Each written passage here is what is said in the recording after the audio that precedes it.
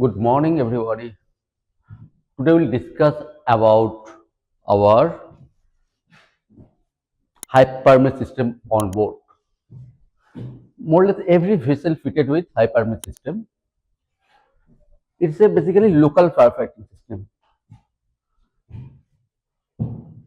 What is the fire extinguishing media here? This is the freshwater. Which area it covers or what type of fire it will be extinguished by the water? It is a majority of the fire oil fire.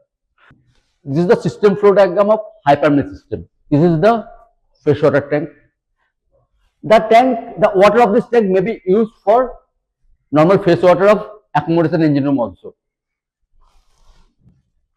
This is the suction valve. Then this is the pump, hypermesh pump, along with pump starter panel. After that, main discharge valve, and this is the air connection for blowing air in the hypermesh line. From there, it is going to individual solenoid valve for all individual area. So for top one valve is for main engine, then auxiliary blower burner, incinerator burner, IGG burner, DG1, top of the DG1, top of the DG2, top of the DG3, and fuel oil purifier. So all this area is protected by the hypermesh of this particular vessel, right? So this is a pump starter panel. There is one selector switch to make it pump operation from remotely or locally. This is a fire station, emergency headquarters or fire control station. There is a control panel of hypermesh system. There is also one selector switch that is for automatic or manual operation. You can see here flame detector and smoke detector for each individual area. For main engine, one flame detector, one smoke detector. For boiler also same. For all areas, you will find one flame detector or one smoke detector of that area. Both of them to be activated simultaneously of that particular area, then only it will activate in auto. Apart from that, another condition is required to activate in auto. What are those conditions? In the control panel, selector switch should be in auto position, as well as pump selector switch should be on remote position. It is normal condition where we keep pump selector switch always on remote and control panel selector switch always keep in auto position. You will find this is the alarm, visual alarm. Apart from that, there is one more manual operating box. This manual operating box will be used to activate hypermesh of the particular area locally when you are activating hypermesh from local standpoint, means vicinity to the area. For example, you are a engineer or engineer room watchkeeper passing vicinity to purifier room or some area, suddenly you find there is some fire. What do? We call chief engineer, call second engineer. That time fire will enlarge a lot. Immediately you start activating from the local switch. So again, then you are not giving time, so it will not get time to propagate the fire. So once it starts giving mist, it will start extinguishing fast. After that, activate first, then raise the alarm, then call everybody. So your first action should be activate hypermesh fast to control the fire, right? How do activate hypermesh manually? You can activate hypermesh manually from three locations. From three locations, you can activate hypermesh manually. As I told you before, for automatic operation, you need to activate one smoke detector and flame detector simultaneously. Same time, control panel selector switch should be in auto and pump selector switch should be in remote. And manual activation you can do by three ways. One is from local area, local push button switch, this one. Second way of manual activation from the pump control station. In pump control station, selected the pump switch to local from remote. This is the solenoid valve. This solenoid valve can be opened manually. You read the manual, or no, better you take a print out of the manual operation of this valve and post it over here, along with special tools to operate this valve. It should be always kept near the valve location. Just use the tool, open the valve manually, take the pump in local, switch on the pump switch. Pump will start and the particular area water will spray. The second way of manual activation. Third way of manual activation, you can do it from fire control panel, a fire control station. From this panel, take the selector switch from auto to manual, and you will find there is switch for all areas.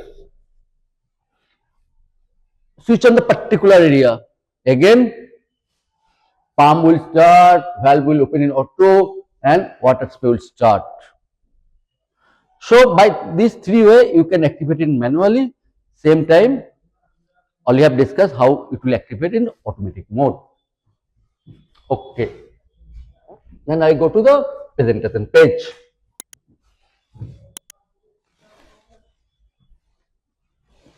Condition to fulfill for starting hypermesh system in auto mode. Already I have explained 1, 2, 3 points.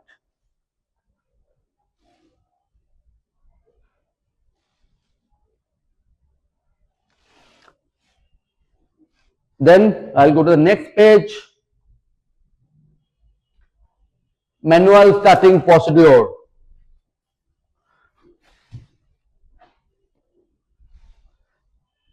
All the process I have explained short back.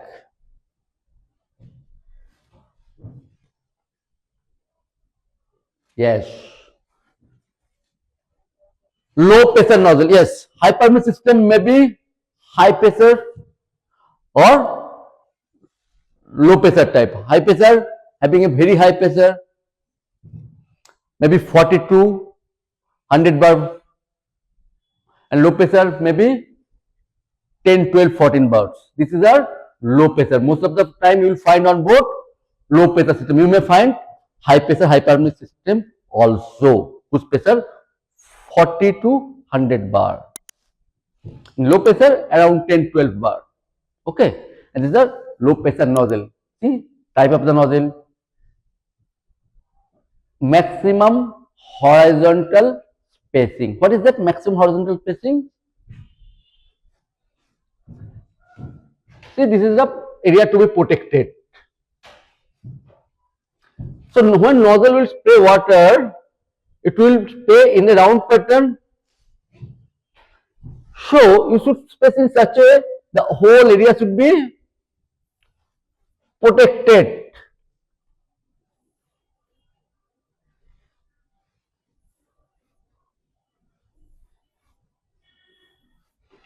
So according to it is selected, but it is not selected by us. It is done in yard supply.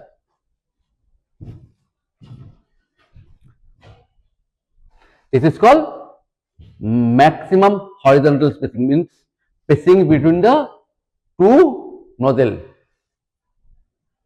the distance. Minimum distance from the protective object. What is that? If this is a protective object,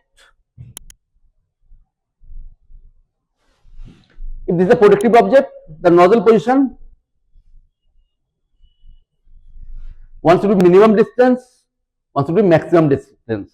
Nozzle should be placed between these two distance of the protected area. minimum operating pressure. What is that? If operating pressure fall below this minimum operating pressure, then it will not form spray, it will dribble, so it will not be effective for fighting fire or extinguishing fire. Maximum operating pressure, at maximum pressure, how much it can withstand? Above it, it may fail or it may break. Water flow at minimum, at maximum flow rate, how much they will allow to flow when minimum pressure and maximum pressure. This is the nozzle specification.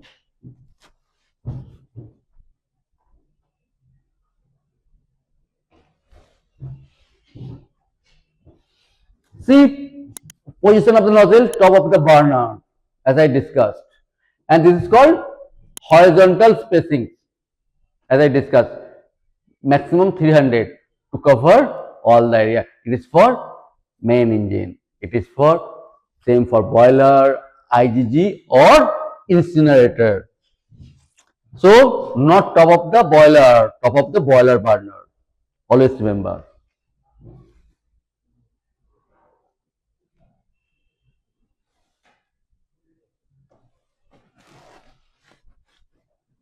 How much water should be there inside the tank?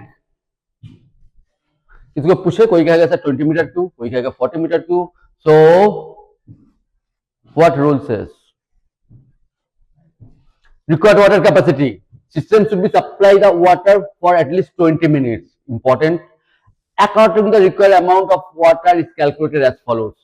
Maximum flow rate through the nozzle in 20 minutes into 1.2. 1.2 is safety factor. What is the maximum flow rate? That is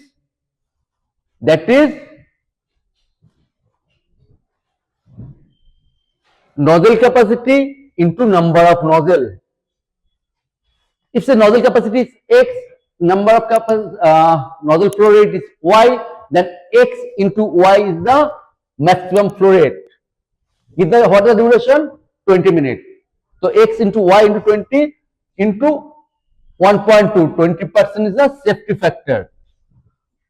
Why 20% is the safety factor? Considering the ship's movement like rolling pitching. So we take additional 20%. But actual amount may be much more than actual theoretical amount.